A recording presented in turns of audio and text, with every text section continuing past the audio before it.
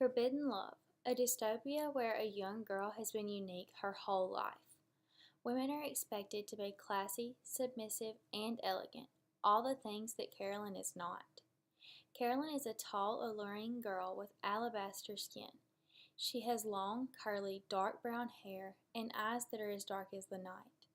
With a taste for originality, she lives in a society where ranking is something that every young girl has to go through. Rankings go on a scale from 1 to 10, 1 being the worst and 10 being the best. The higher a girl's rank is, the more likely she is to be chosen by a wealthy man.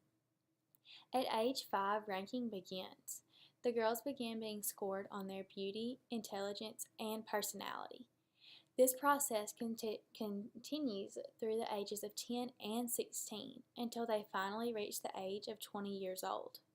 When a young woman reaches this age, she is expected to marry the man who chooses her based off of her final score, which is the most important score.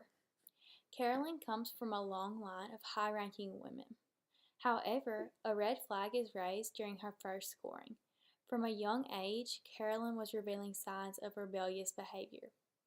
When asked what her favorite playtime activity was, she answered with playing outside instead of playing with her dolls like other young girls her age. That was only part of the first test. At age 10, instead of coloring inside the lines in her coloring book, she drew her own art. 6 years later, while other girls were learning how to play the piano, Carolyn was much more interested in making her own form of music. Carolyn met Mitch when she was just 4 years old. He helped his family maintain Carolyn's house and land. Her family did not want them to be friends, and they did everything they could to keep them apart. While Mitch was around the house, they would send Carolyn to run errands or go to a friend's house.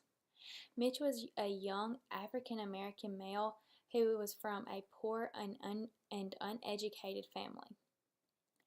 He was not accepted by society because he didn't believe in the divisions that women were categorized in. At age 19, she falls in love with him, which was not permitted by their family, or their friends, and much less society. As the two grew older and became closer and closer, it became a reality to Carolyn that the reason that she adored Mitch so much was because he was so different. He was a charming man who saw all of her flaws as perfection. This was so important to Carolyn because while society was judging her, Mitch was falling in love with her. However, they both knew that a relationship between them would be forbidden. Despite their efforts of avoiding one another and the rules and regulations of society, they decided to try and hide a relationship. What used to be casual outings at the park turned into secret late-night strolls. They knew the day was coming, May 17th, the day that Carolyn would turn 20 years old, the day that another man would choose her to be his wife. Carolyn and Mitch decided to spend their last 3 weeks together making unforgettable memories.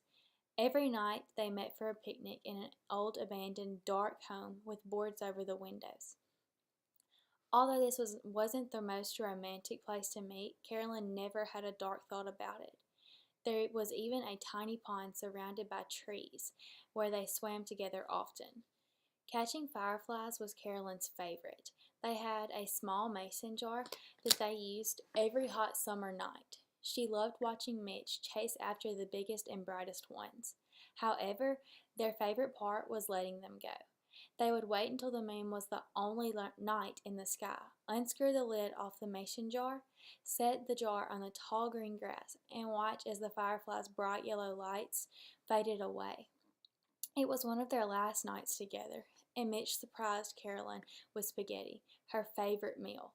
Little did he know that Carolyn had a big surprise for him, too. They sat down on the floor of the old abandoned house, and she was in tears as she announced that she was pregnant with his baby. And she had a week before it was her 20th birthday, the day where she would become another man's wife. She was afraid to hear his reaction as she knew that her family disapproved of a relationship between the two, much less a marriage and a baby. Her only choice was to find a way to raise her rank in order to provide the best life for her unborn child. The first thought that came to mind was how she was going to convince everyone that she had completely changed overnight and she was ready to become the ideal woman and wife that had been expected from her from the beginning. Although Mitch was hurt, he also understood that her decision would be the best for their child.